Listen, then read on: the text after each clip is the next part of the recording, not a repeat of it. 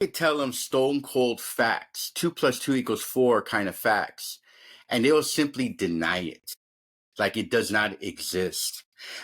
I'm gonna show you how great I am. We're not worthy. I said, empty your mind. I want you to listen to me. I'm going to say this again. I did not have sexual relations with that woman.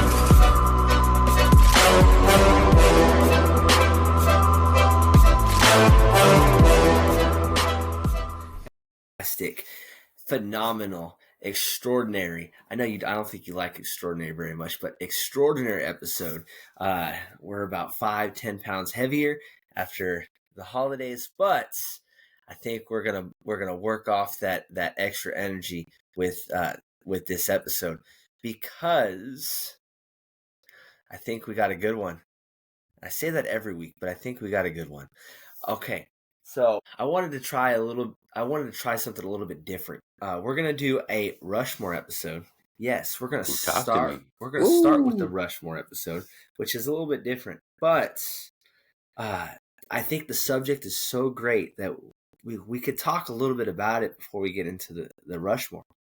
So this week, and for those of you who are not privy to the information or to how we do our Rushmores, it's the greatest of all time or the most notorious of all time, but the biggest and most extravagant of a certain subject. Instead of doing a top 5 or a top 10, because those are kind of cliche, we do our Mount Rushmore, the top 4. Top 4 in his opinion, top 4 in my opinion. Sometimes they overlap, sometimes they don't. There have been a couple episodes where we had quite a few that overlapped. And then there's been episodes where we went completely different directions. Our last Rushmore episode I thought was fantastic. So we're trying to piggyback and keep rolling on what I think is greatness. But this week we're going to talk about the craziest, keyword craziest cults of all time. Cults.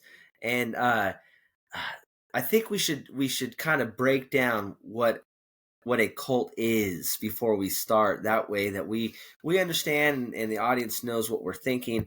To me, I think this is a fantastic episode because in the age of media, cults, or this idea of these extreme groups that revolve around key individuals is something that can touch a chord. And I just think that they're interesting because they're kind of a window into the extremes of what we can call human behavior.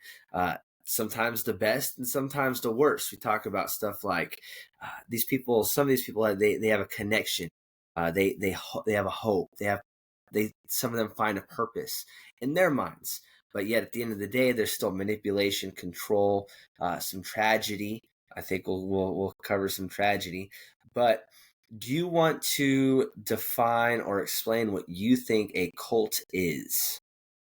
I think a cult is where a group of people, a sect of people, gather around, and I don't want to say just a person, but maybe a person as well as an ideology, and are never willing to waver their beliefs in that ideology or the member or the leader. So I think anything is you can use as long as you're able to go within those parameters.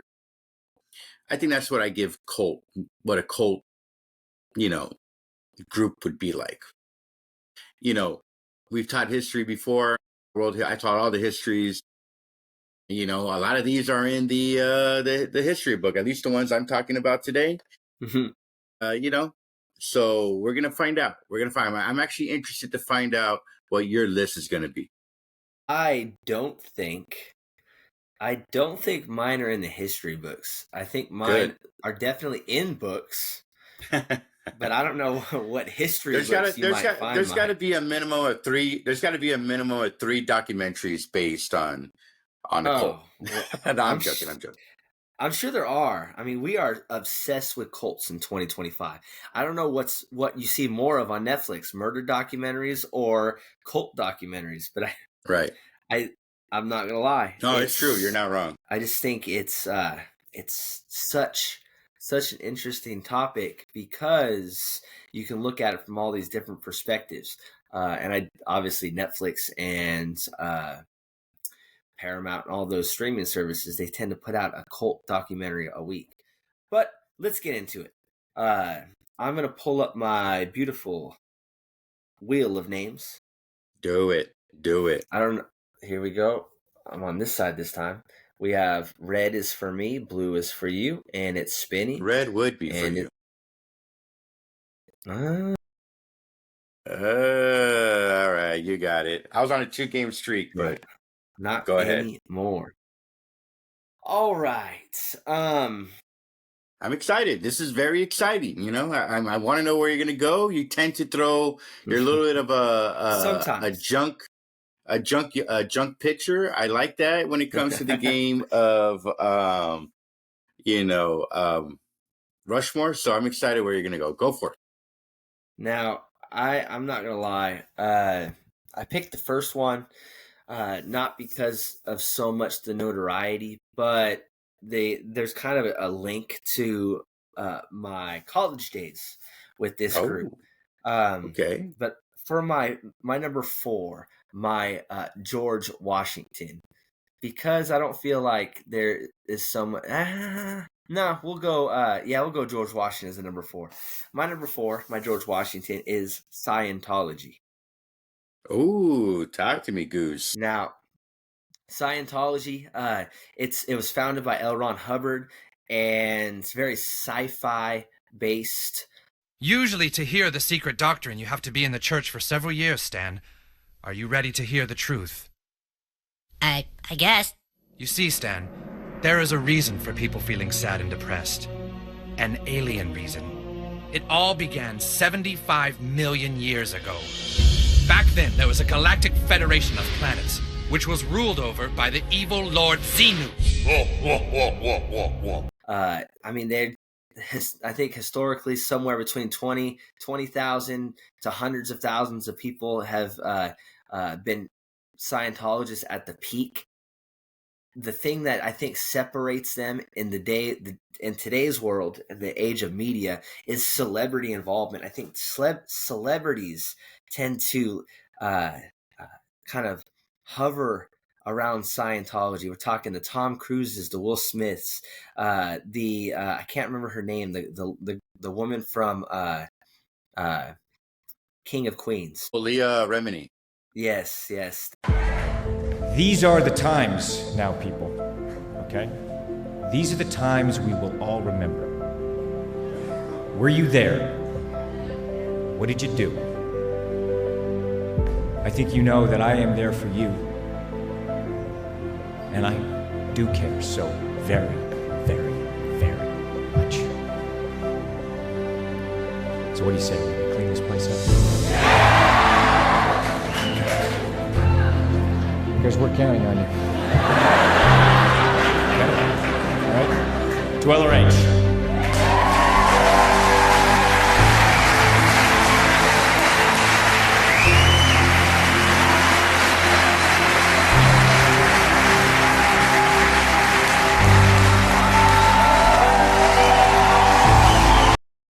And there's a bunch more. The guy who played the cool kid from that 70s show, the one that got arrested for sexual assault. He's in prison right now. Yeah. But he tried to piggyback off Scientology when he got arrested for assault. So this celebrity involvement is 100% kind of what fuels the interest and the intrigue in Scientology. I don't think very many people would care about Scientology so much anymore if it wasn't for the fact that these big names are attached to it. And you haven't really seen the suicides or the murders or the big violent events that you see with some other cults. But I remember when I was in college, one of the odd jobs I did was the big Scientology compound that's on the opposite side of Palm Springs was in the same town that my college was. And as a college baseball player, you got to make money somehow. And they would hire us to do things. And we would go into their compound. And I remember one time they donated all of the beds and mattresses in their whole compound, and we got to go through all the rooms and the buildings, and we pulled out all the mattresses and loaded them onto trucks, and they hauled away the trucks. They had this giant pirate ship right in the center of their compound, like a legit ass pirate ship. And it was weird. But the people that we kind of dealt with were pretty cool. They're just normal people. But I'm going to go Scientology as my number 4. Oh, you're talking about celebrities: Tom Cruise, John Travolta, Chrissy Alley, R.I.P. Chrissy Alley, R.I.P. Elizabeth Moss. Let me ask you a question. What do you think attracts such celebrities to a cult like Scientology? Oh, that's a good question. I can never give you a straight answer on that because yeah, go ahead. You would think that there's something wealth related maybe, but really it isn't, because Scientology isn't so much based on anything fiscal. No, it's not money related. It doesn't. I don't know the basis behind it, but to me, I don't feel like being a celebrity gives you an advantage in the Scientology circle. But I've heard some of the preferential treatment that some people like Tom Cruise gets. I remember when he started dating Katie Holmes and the stories that revolved around how they would parade women in, and basically they played matchmaker. The Church of Scientology played matchmaker for Tom Cruise. I mean, maybe stuff like that. I think there's a lot of truth to what you're saying. You know, the idea that a lot of people idolize these actors and entertainers, and then they fall, like you realize that they fall for a cult like Scientology, and then they hear about like the origin of Scientology, like the story of Xenu, right? The guy that L. Ron Hubbard created, or however you wanted to speak of. Scientology teaches that 75 million years ago, a galactic ruler named Xenu brought billions of alien souls to Earth, blew them up around volcanoes, and their spirits became attached to humans. The idea that a guy that I like as an actor, Tom Cruise, John Travolta, all those people, I like them all. And just like the regular person is sitting down on a chair hearing this for the first time and saying like, yes, this is real. That blows my mind more than the idea of, them trying to find an outlet to express their religious preferences. So I don't know, man. Scientology, that's a good pick. I mean, I have a lot of questions about that one. You know what I'm saying? Yes. That's why I had to put him at number 4. I feel like in today's world, they are allowed to exist. They are not shunned or ostracized for being a cult, because I don't think that people assume that their members are in danger. Right. But in terms of cults, they're still around. They're still there, and we kind of are like, well, they're just weird people. They are. Yeah, I agree. So my number 4, my George Washington, is a little bit of a coming of age story for me. When this event happened, it happened in 1997, I think March 28th. I just turned 16 years old, and that is Heaven's Gate, the Hell Bob. Yes. Right. Now, look, my personal story was, I remember hearing about that there's going to be a visible comet in the sky. And me thinking like, oh, it's going to fly over. It'll probably happen in the middle of the night. I'll never be able to see it. So what's the point? But no, it was going to be one of those lingering effects where you're going to see the actual comet in the middle of the sky, clear as day, like the way you see the moon, and it's going to last a few days. Well, sure enough, I remember walking outside my house and you saw the comet and the tail of the comet and everything they told you what a comet would look like as a little kid in storybooks and everything. You saw it and it was there. And I remember thinking like, wow, like this is so cool. Like we're seeing something like borderline, like mythical, right? My thoughts in these last hours are only of joy and wonder at the thought of going home. Why am I here? What is the meaning of life?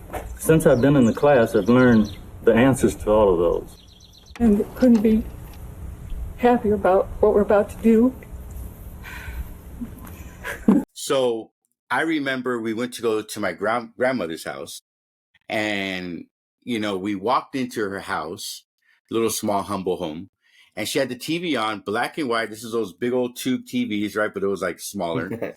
And they were showing like these dead bodies with the feet sticking out wearing, or were they black Nike Decades? Murky, and we tryna run up these hundreds and fifties. I bust a chop while I'm rocking Givenchy. It's drippy X drippy right round through the city. My niggas coming, they packing that glizzy. I skid off the law with bad bunny, they with me. I'm drilling these shits on mentals. I'ma kill it, treat it like my bitch. Little niggas stop it, I'm with it, my niggas mental. Sending shots, who gon' fire at your click. Pull up in foreigns, I bought a nigga, this ain't no run, no big bag, and my money legit. Check out the body I'm scoring, I got some protection, I'm feeling like making this bitch. Yeah, don't come to my... They kind of look like Cortez's a little bit. You know, you're talking about 39 members being killed for the idea that behind the Hale-Bopp comet was an alien form going to take them to the next realm, if I'm not mistaken. They called it exiting their vehicles. I mean, the interesting thing about Heaven's Gate and their members, it was done by their leader, Marshall Applewhite. And it was actually, they were actually preaching this alien civilization a decade before. And it took them about 10 to 12 years to finally be able to gather a group to where I guess they were buying their Kool-Aid. They were buying what they were saying. And eventually, you know, they were found. 39 members were found wearing black tracksuits. They had the black and white Nike Decades, like I said, and they had purple shrouds over their bodies. And I remember looking at my grandma, because, you know, my grandma, you know, straight up, you know, Mexican, Spanish only. Like, she wasn't used to such a crazy idea. And my Spanish is not good, but it was on the Spanish network, and I understood everything the anchor was saying. And I don't know, dude, like that was just a crazy time for a 16-year-old to be seeing a religious cult like that. So that is my number 4. And I had that as my honorable mention. So you stole that one. That what attracted me to Heaven's Gate was the comet. I was obviously not old enough to comprehend. I was under 10.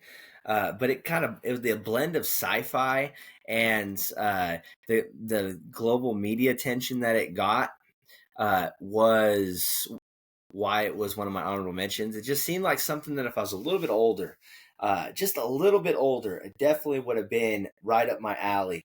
I grew up on Star Trek and Star Wars and X-Files, and this is something right out of that. Let me ask you a question. You know, it feels like the 70s and 80s, and a little bit it's going into the 90s. There was a little bit of a wild, wild west going on. There was like a boom of serial killers going on in the 70s and 80s and 90s.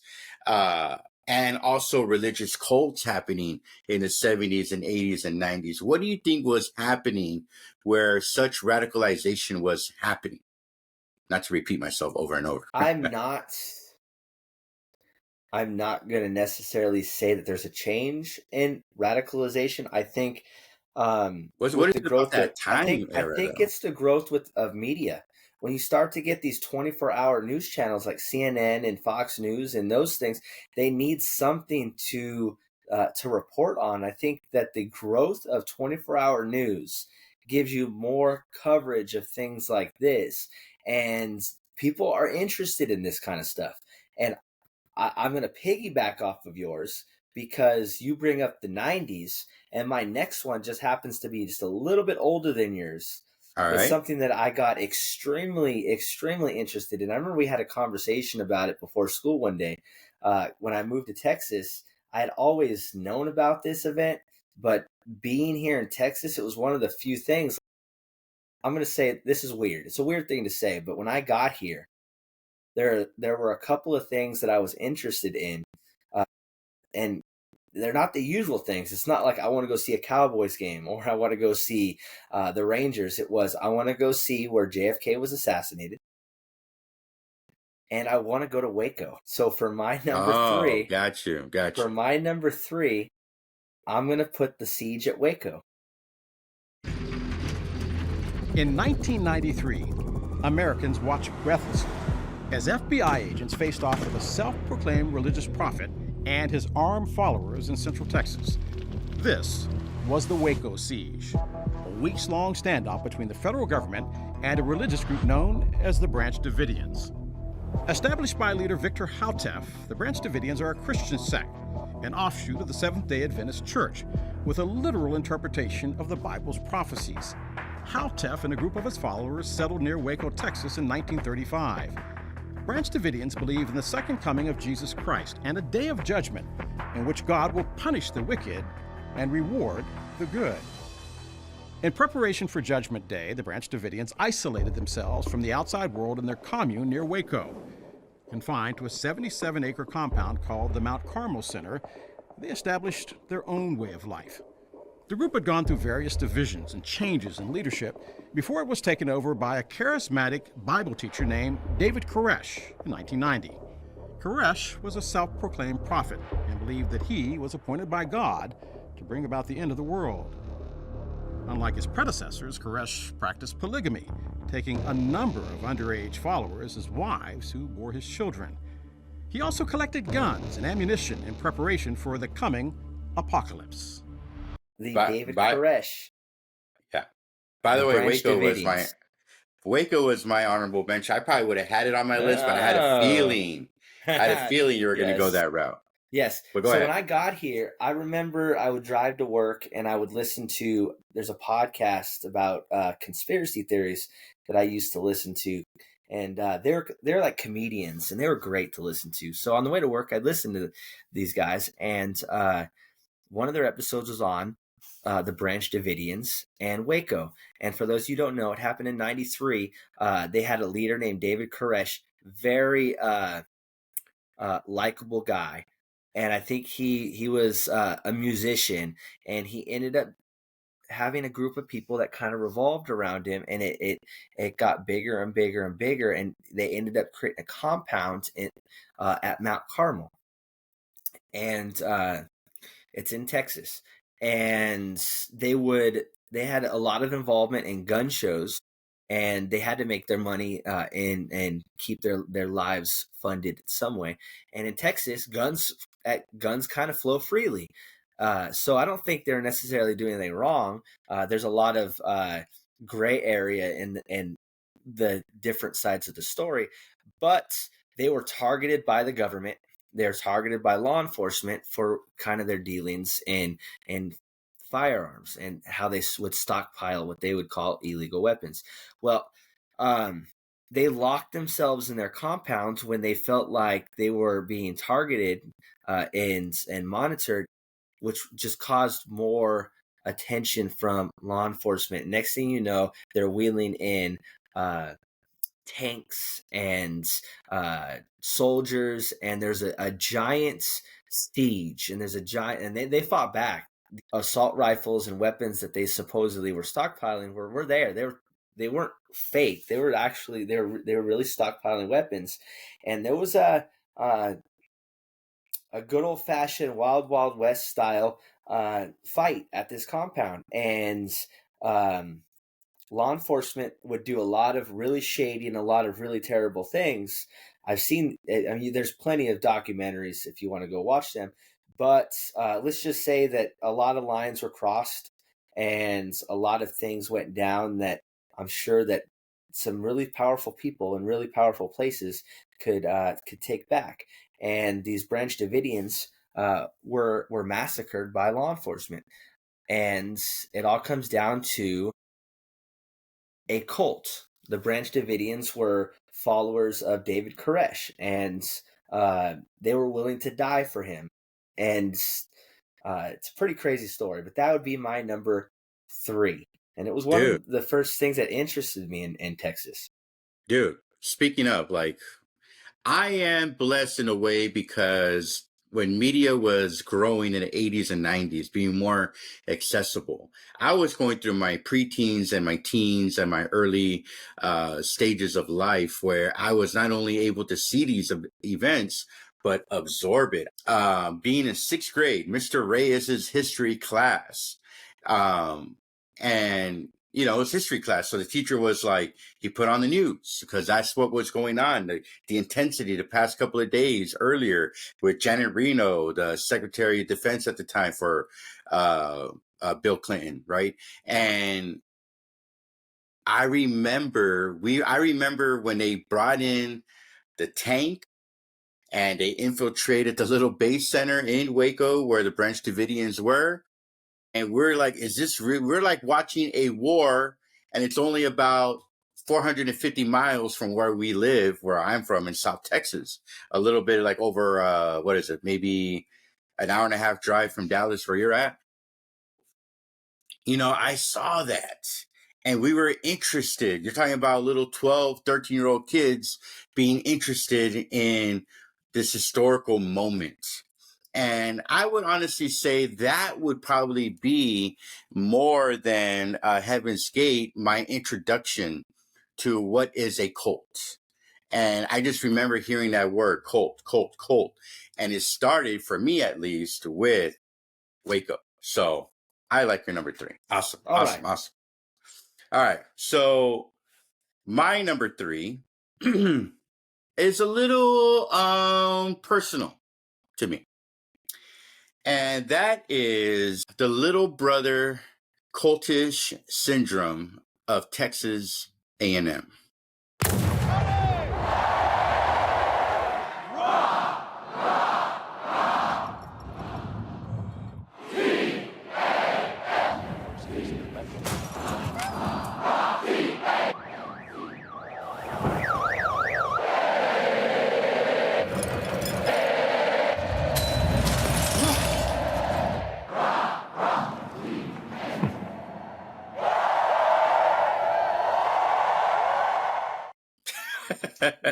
Oh, it's funny because they're never going to listen to this, but my athletic director and one of the coaches, one of my my assistant football coaches went to A&M, and 100%. You make fun of me because, or actually everybody makes fun of me because of my love for my Cowboys over here. And because they haven't won anything in 30 years, and deservingly so, right? I don't mind. Let's have a little sparring match with America's team.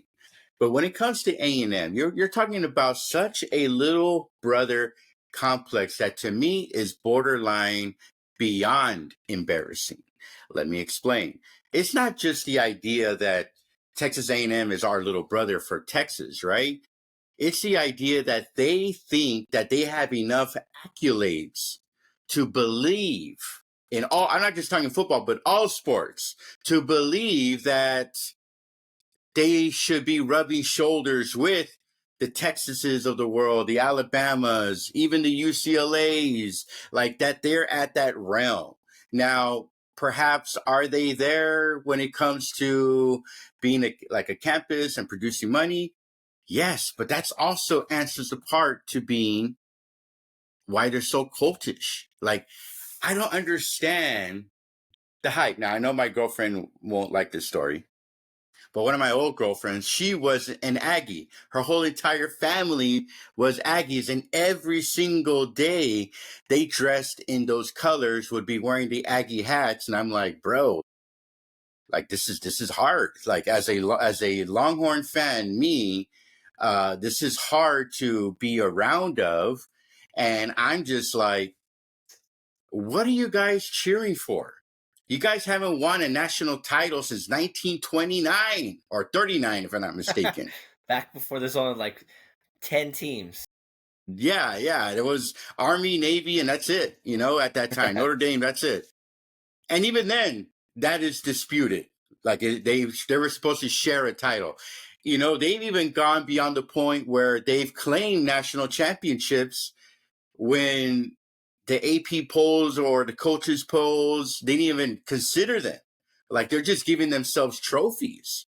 It's like such a weird society. They don't have any male cheerleaders. They have these milkmen that do like these weird dances. I mean, I'm all for inclusion and all, and DEI, I love it, but it's interesting. You know what I mean?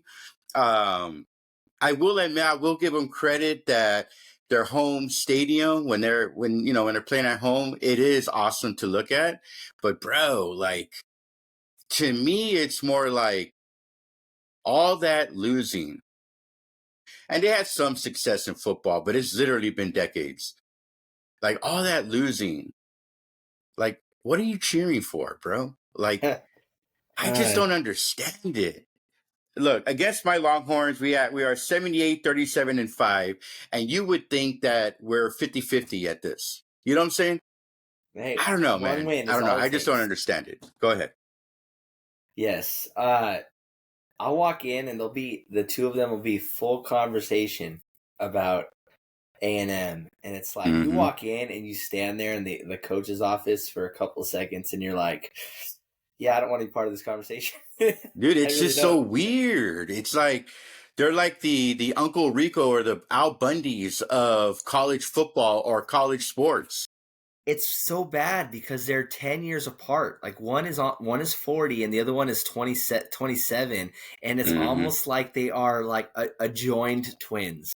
They need that validation from each other, because it's like once you bleed Texas A&M red, you're always an Aggie. You're right.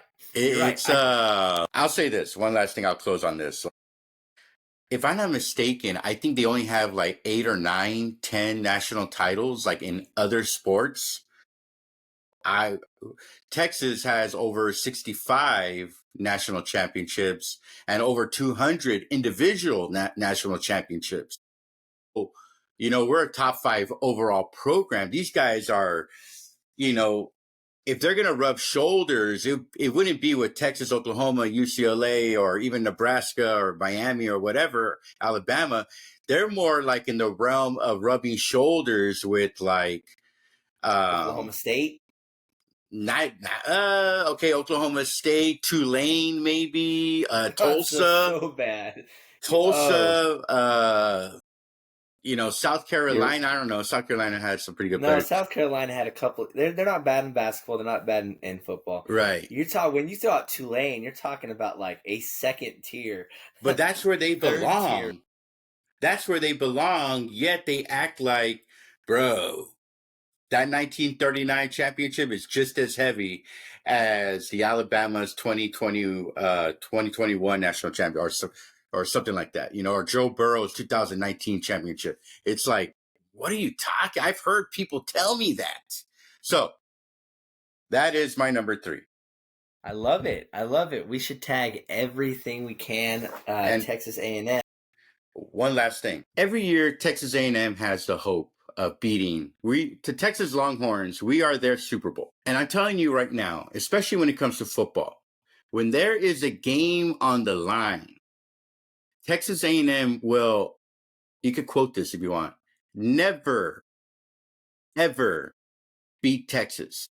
The only time Texas A&M will beat Texas is we have a young freshman team, or we're battling for 500, where the season was over 3 weeks earlier. That's when we lose to A&M. To me, I'm not happy about that. But, maybe we're growing in other aspects. But when we have something on the line, we have something to play for, like we did this past week. 100 times out of 100, you will never beat us. Ever. I'm looking right at the camera when I say that. All right, go to your number 3. Or number 2. It's my number two. My number 2. Talk to me. Probably, I'm going to say I picked this one because it might be my favorite Tarantino movie. Oh. At least top 3. I'm going to pick as my number 2, the Manson family killings. Oh, yeah, I had that on my mentions as well. Now, Charles Manson, a lot like David Koresh, very charismatic, created a group of followers in California in the 1960s, and his followers, he's the prototypical, he didn't do anything necessarily wrong. His followers did all of the atrocities, and I'll get to that in a second. So how much is he accountable? And it's like the Nazis and the Nuremberg trials kind of thing. So he technically was the leader of the group, so he took the fall. And he was also a really easy target, I think. When you look at him now, or you look at pictures of him after, with his the tattoo right in the middle of his forehead, he's a pretty easy target for some of the blame. But he had a group of followers, the Manson family, who it was about 100 people at the most. He liked his young women. He liked recruiting young women because he'd manipulate them, and that's how he would get a lot of his money and his drugs. They were very much into that hippie lifestyle. So you had a lot of things like LSD and things going around like that. And they also they had a big thing with Helter Skelter, the Beatles song. So with him, what led to his downfall is his followers ended up committing a couple of murders of some really high profile people, some aspiring actress, Sharon Tate, and a couple of other people that in the movie Once Upon a Time in Hollywood, Quentin Tarantino kind of uses as his foundation for the story. So you have, it's a great movie. If you haven't seen it, go see it. And it's got Margot Robbie as Sharon Tate, and at the end you get to see the whole all the shenanigans kind of spin out of control. But Charles Manson would end up getting arrested. He'd go to prison. He'd take the fall for the murders, and we still know who the Mansons are even today. And we're talking, we're going on 60 years. 60 years, yeah. And yeah.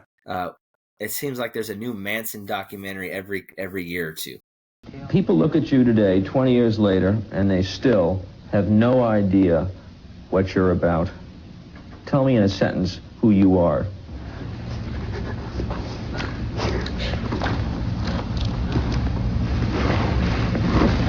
Nobody. I'm nobody. I'm a tramp, a bum, a hobo. I'm a boxcar and a jug of wine. And a straight racer if you get too close to me. Oh, yeah, definitely. No, dude, those Charles, I remember as a kid, he actually spooked me out. It's so funny because you're talking about generations, right? I got in trouble at school a year ago for showing a movie where there was too much blood, right? And back in the days, our teachers, my parents would show us whatever just so we could shut up, you could be quiet in the room. And I would see the early documentaries at school or with my parents about Charles Manson. And I remember seeing the Nazi, the swastika in the middle of the forehead. And I remember thinking like, wow, this is like, why would somebody do such a thing? And then when you dive deeper into the story, I'm a huge murder documentary guy. What he was doing, the mass manipulation he had on the youth at that time, even when he got busted and would go to prison, would linger on. And he would have that cult following into the prison system outside, in the outside world. So, yeah, I mean, Manson is definitely on my list as well. So I like your number 2 pick on that. I mean, according to an interview, they thought he was the manifestation of Jesus Christ. Yes. And he'd give his prophecies. And obviously, I mean, if it doesn't get more cult-like than that. You have a very charismatic centerpiece that everybody's revolved around. There's a lot of manipulation involved, and in this case, it ends with a violent outcome. They say that there's at least 9 confirmed murders, but up to 20 plus unconfirmed. I mean, that's pretty significant to kill up to 20 people because Jesus Christ told you to. Yeah, it's like the Crusades, the 1960s Crusades. I got a question for you. Why does it seem like these cults are all on the West Coast? Well, we just talked about one with Texas. And the Aggies, Mr. Aggie Cole, that's 2 Texas ones. Texas is winning. I mean, but you're talking about Manson. You're talking about, Heaven's Gates. I mean, okay. So if I'm going to be honest with you, California, dude, even the Eagles song, Hotel California. Come on, it's about a cult sect. I am going to say if you want me to give you an answer that kind of. California is an eclectic grouping of people. You have all shapes, sizes, ethnicities, all together, bundled together, and it's an open place. It's always been kind of a more open place than others. They're a lot more inclusive, so you have different religions, different beliefs, and it's more of a melting pot in some other places. People are allowed to be weird. That's another one. People are allowed to be weird. You're not shunned because of how you look or feel or what you believe in. And drugs are a hell of a thing. It's like that Chappelle skit. I remember when you and I were teaching in Dallas, we taught at a school where there was like a lot of crime and stuff like that.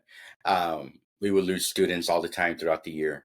And I remember one kid was in trouble, and me and our old classmate had a meal, were with the student, and we're asking him, we're just talking, we're letting him vent. And he was talking about like his friend got into trouble, and his friend blamed it on the heat. Like, it's just so damn hot. And I've heard of stuff like that, dude. Like, in a weird way, a lot of these craziness happens in Texas, maybe because I don't want to say the heat is the key factor, but maybe it's like the last straw, the straw that bends the camel's, that breaks the camel's back to where you're like, F it. And maybe California in a weird way has something like that. That's so bad. Goddamn humidity. I'm just going to go murder 10 people. I remember, like, my first car I ever had no air condition. And I live on the south, bro. So it is hot, over 100, 105 in the summer. And I would have the windows down. And instead of honking when a car's being annoying, I'd be punching the steering wheel or almost breaking my hand. And I got to say, it is because of the heat. I don't think I would act like that if I was in full-on air condition. So maybe I'm not saying it's the whole factor. Maybe the straw that breaks the camel's back factor. I don't know. It's just an idea. But anyways, no, dude, that's an awesome number 2. I love that number 2. All right. So my number 2, you would think, is my number 1, and I'm gonna go with MAGA, my number 2. Now, Colin, can you tell us how old you are? I am 10 years old. And why do you support President Trump? Because he protects us, he protects America, and he is making a border from for the U.S. and Mexico to separate us so nothing bad happens. As in, like right now, as people are hurting the USA from Mexico, and if it was under Trump and Trump was president, it would never happen, and all the wars wouldn't happen. Like And what's worth more under President Trump? Hold that up. Turn it around, babe. Show the camera. The dollar was worth. The dollar is worth more under President Trump. Open it up. Brother. Oh. Are we going to lose people? Yes. Look, I'm a guy, if you're Republican, great. If you're Democrat, awesome. I didn't like Obama on his second term. So my politics, I can be influenced by, stuff that that would affect my community versus a persona. The idea that this man, Donald Trump, created a movement started by Ronald Reagan in the 80s, talking about when America was great. That Make America Great came from Ronald Reagan, who was also a horrible president. But what this guy was able to do to infiltrate, corrupt, change, and a person's complete persona to not only follow this man into his politics, but to be completely brainwashed. I have plenty of MAGA friends, and I could tell them stone cold facts, 2 + 2 = 4 kind of facts, and they will simply deny it, like it does not exist. I ask them all the time, bro, are you telling me Trump has never made a mistake? And they will say no. He has never made a single mistake, not only as a president, but as a man. And I'm like, well, bro, you know what that means? That means he is a god. And you know what? They don't really deny that. They don't really say, no, that's wrong. I mean, I have homeboys that love Trump so much, and they're Mexican descent. I tell them, bro, Donald Trump would never want anything to do with you just because you are Mexican. The only thing you're good for is just a photo picture. That is it. And they're like, no, man, he's going to do this. He's going to do that. Because remember we did an episode a couple of weeks ago, and I was like, he lied over 39,000 times in his first administration. I'm like, tell me the truth here. Where is the truth? Where is this guy where are you being attracted to this guy? And, no matter what happens, it's true, dude. He is the Teflon Don.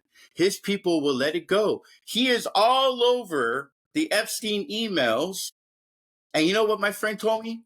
He was like, it was AI, bro. It's AI. Don't believe that. I'm like, come on, dude. Like, for real? He's like, nah, it's AI, And I'm like, okay, so you're letting him off the hook for being around little kids, or at the very least, hanging around with somebody and condoning that lifestyle. I mean, if you go down the list, the way he handled the January 6th attack, going against our Constitution, or trying to attempt to overturn the 2020 election. Now, I do have a couple of friends that were MAGA in the first term. And then when he tried to overturn it with the whole, the slates and trying to influence the governor of Georgia to overturn some votes, they were like, I can't support him after that. Those people I give a lot of credit to. The Mueller investigation, withholding Ukraine aid for political favors. I mean, you are seeing the corruption, and people are letting him off the hook. His people are letting him off the hook. It was reported this past week that he is at 36%. His political favoring. And I'm thinking that 36% has to be all MAGA. Like, there's nobody on the line in the middle that's like, yeah, I still support Donald Trump. After trying, Donald Trump has cut pediatric research, cancer research. He has cut many programs to hurt individual people and individual for us in the health sector, and so on. And people are just letting him off the hook. this whole tariff thing that's going on right now is a self-inflicted wound, and people are like biting the debate that it's going to work, and it's like the dumbest thing I've ever heard in my life. That is my number 2. I could go on and on and on and on. Go ahead, talk to me. All right. That's a lot. That's a lot. Yeah. But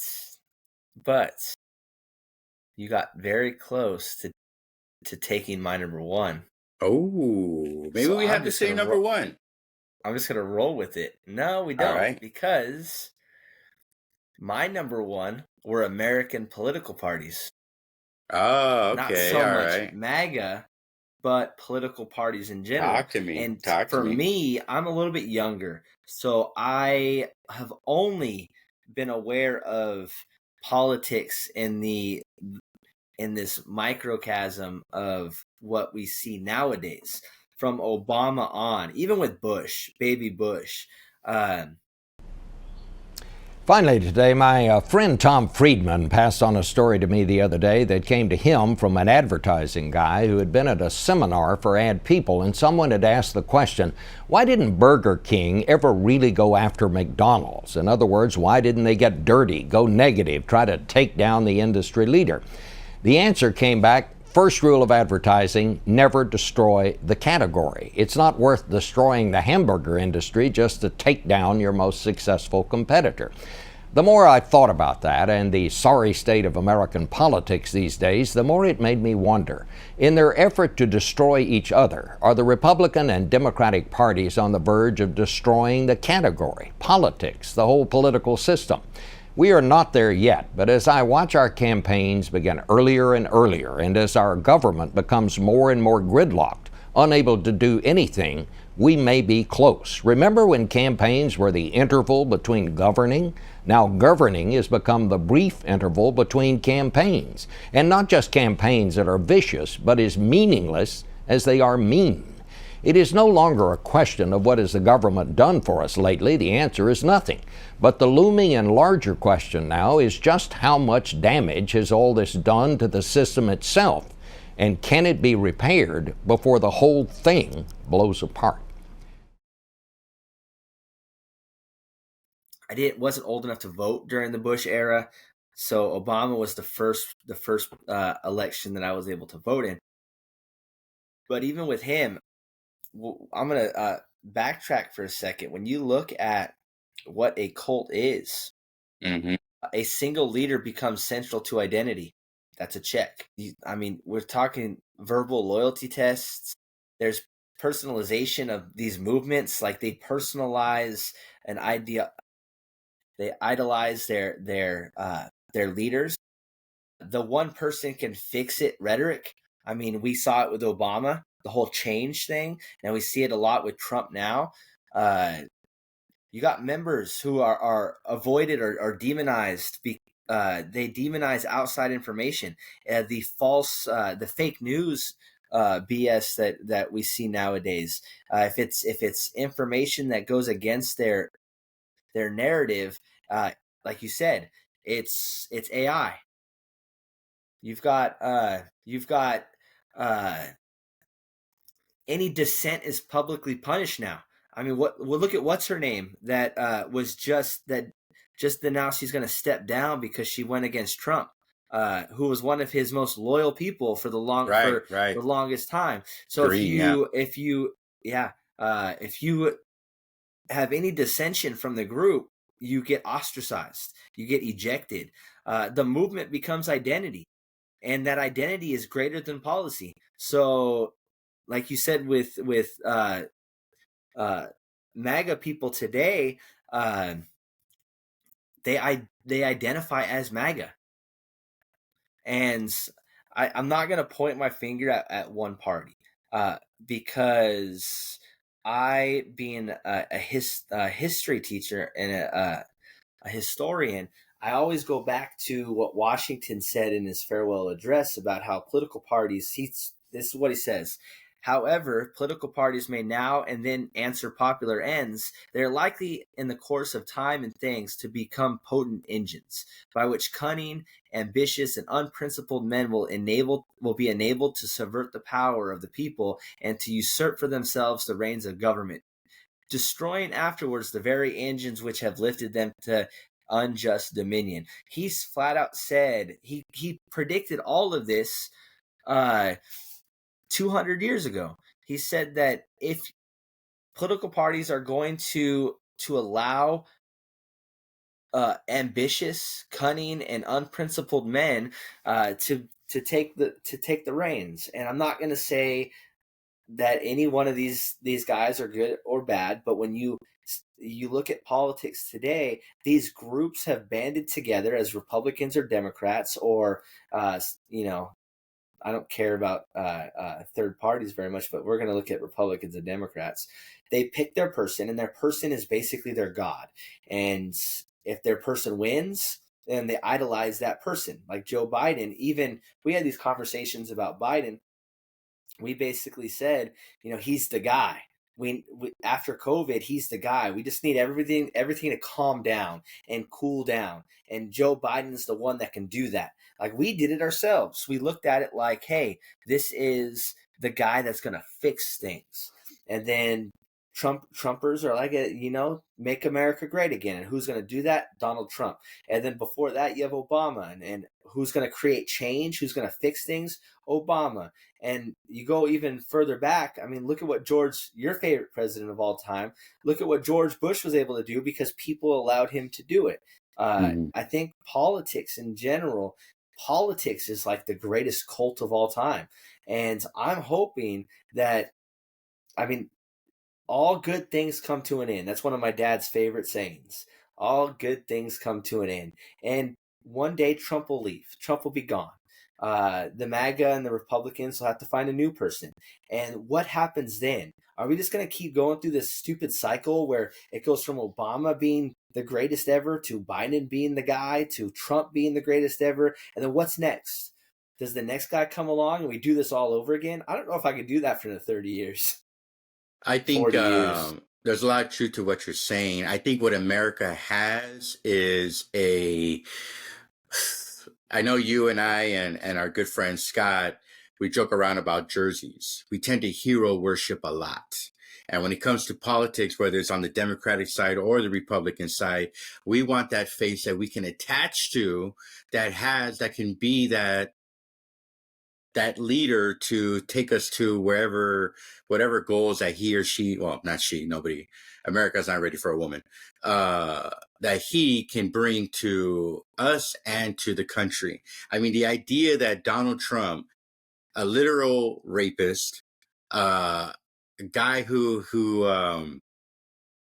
wouldn't pay contractors, everything that a blue-collar Republican would revolt against is now giving him the exception. To me, it is gross. It's irresponsible, and it's led us to this crazy era that we're into. And yes, the next person, whoever it's going to be, it's either going to be some similar to the same or something completely radical. And the next 3 years are going to be telling to where America is going. In my opinion, I think America wants, for the most part, they're letting the minority, the MAGA group, have the megaphone to police all politics, all ideologies right now. And considering it's about 20 to 30%, maybe 35% of the voting population, they tend to have, they have the control. They have the media, they have everything. Going back to your number one, my students ask me all the time, what's the difference between a Republican and a Democrat? And, as a teacher, I have to be careful. I don't want to indoctrinate. I am an opinionated guy. That's why we have these shows. But I try to keep it black and white. And I tell them, the Democratic and Republican Party has changed a lot in the past 10 years. But when I was growing up, the Democratic Party believed in big government. Taxes should go to help people in need should go help states and everything like that, federal dollars. And Republicans, on the other hand, believe more in less government, more in state funding, that kind of thing. And now it's kind of gone. The Republicans now, for me, it seems like, are the most part far right, if not middle to far right, not even center to right. But the old Democrats that I grew up with, they are now the Republicans of the 90s and 2000s, where they're now acceptable to corporatism. Now they're accepting money donors from corporations like APAC and stuff like that. They're willing to be more centrist to the right, the Democrats are, which is why a lot of people, the Democrats, are polling at an all-time worst, because the people are seeing like, okay, is everybody in Congress bought and paid for when there was a time where there were trailblazers leading the way? So anyways, I like your number one. Go ahead. You have finished your thought on that. I have a big distaste for radical views. I mean, I don't like people that can't compromise. I feel like that's what politics should be, is finding a way to work together. The reason why we do what we do and we have representatives and we have people that speak for us is because there are so many different types of people in the United States of America that not one person could possibly know what each and every type of person needs or wants or desires. So I feel like I just wish we could all get along. Like, where's Mr. Rogers when you need him? I need that. Oh, okay. I like that. I like that. All right. My number one has, well, I'm just getting into it. My number one is the Nazi Party, AKA Adolf Hitler. Like, look, I know I would never compare Trump to Hitler in the sense, because Hitler did kill 6 million Jewish people, handicapped people, gay people, gypsies, that kind of thing. But what Adolf Hitler was able to do and convince an entire country, for the most part, to demonize an entire group like the Jewish people of Poland and Eastern Europe, is, to me, the greatest form of a cult following of all time. Because of Nuremberg, that we would find out many people on the Nazi Party would end up, going to trial and getting in trouble. The idea for this man, and the idea that they said, well, we were just following orders from Adolf Hitler. Like, that's not an excuse. Like, that doesn't work in the court. Like, you are liable for shooting the guns, for turning on the ovens, for turning on the gas chambers. You are liable for that. And the fact that this entire country was, and many, many more others, were able to not feel guilty for hurting another person, children, babies, older people, just for a man's ideology.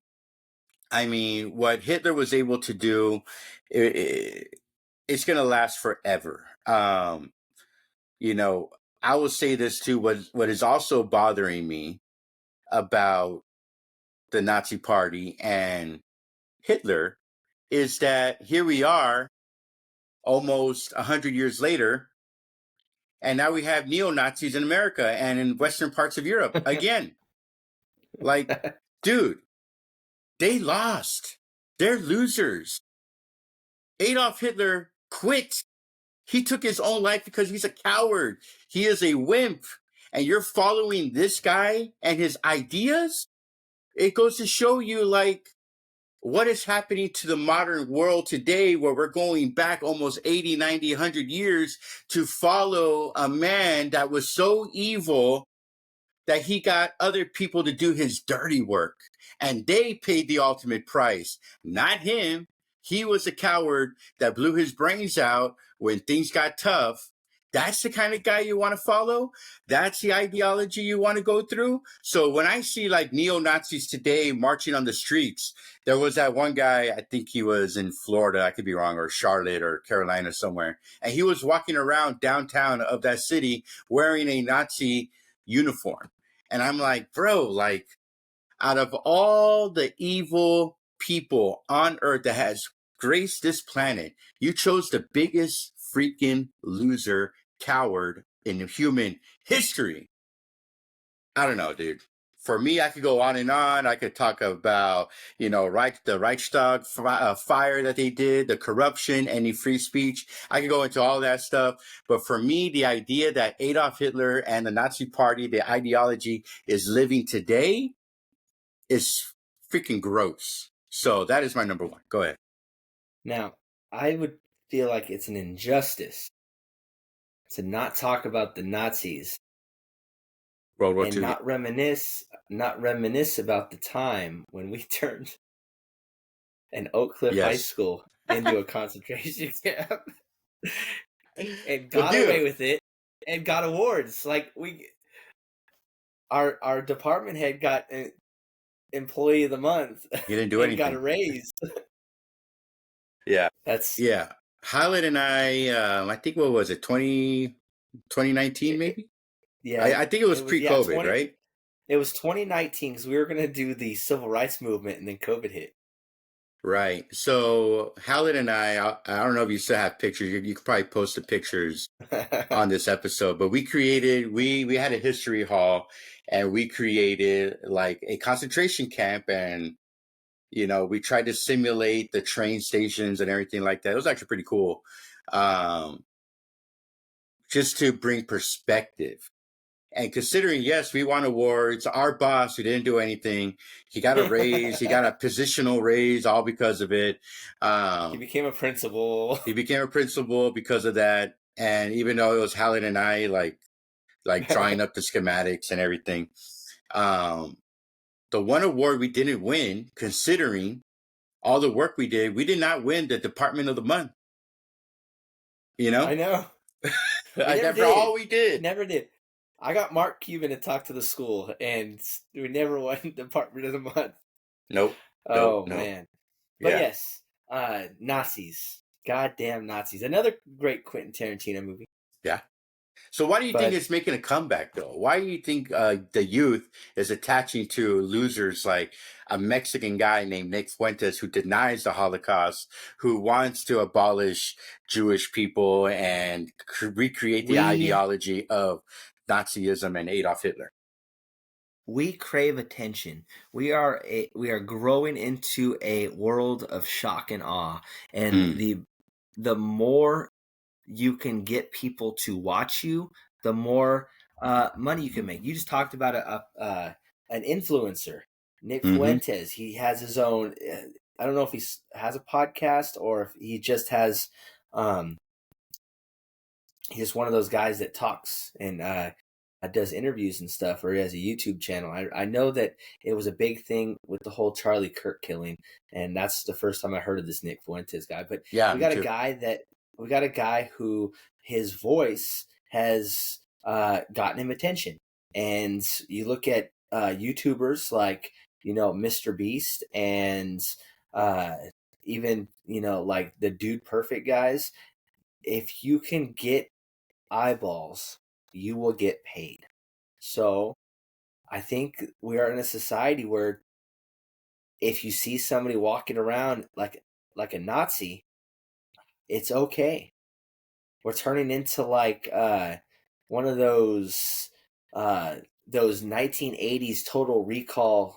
It feels like it, for sure. Yeah, we're in a weird dystopian society that, I feel like Orwell talked about decades ago. It's an interesting time to be alive. I live on the idea that if you have to choose between the oppressor and the oppressed, always choose the oppressed. And the idea that people are shouting white power, we had Elon Musk at the inaugural ball do the Nazi sign. So he denies it. Yeah. Anyways, all right, we'll leave it. Any honorable mentions for you, man? Well, my honorable mention, you already took. It was the Heaven's Gate. The idea of the very sci-fi orientedness of that cult and the way they went out kind of got my attention. That's cool. I also had Manson and Waco as well. I'll throw in a funny one. I think the Manosphere, the Gurus, I think they're hilarious and fucking stupid. So I had Jehovah's Witnesses on mine, but I didn't want to attack. They're nice people. I don't feel like they deserve that kind of hatred. They just, when I think of cult-like things in 2025, they kind of just pop in my brain. No, I hear you loud and clear. They're always knocking on my door. Yeah. All right, so we'll leave it at that, guys. Remember to like and subscribe. We'll have new episodes every Monday and Thursday. And thank you guys for watching. And if you're not here in 5 minutes, please wait longer. Yikes. You said it wrong, but that's okay. That's what I get for trying to steal your thunder. I'm gonna show you how great I am. We're not worthy. I said, empty your mind. I want you to listen to me. I'm going to say this again. I did not have sexual relations with that woman.